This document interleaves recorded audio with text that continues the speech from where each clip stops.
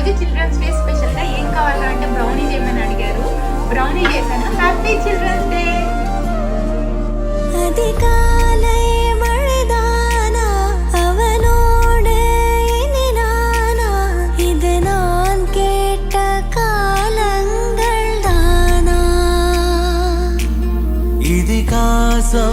இதுதானா இவளோடு நடந்தேனா இந்த மாயத்தில் நான்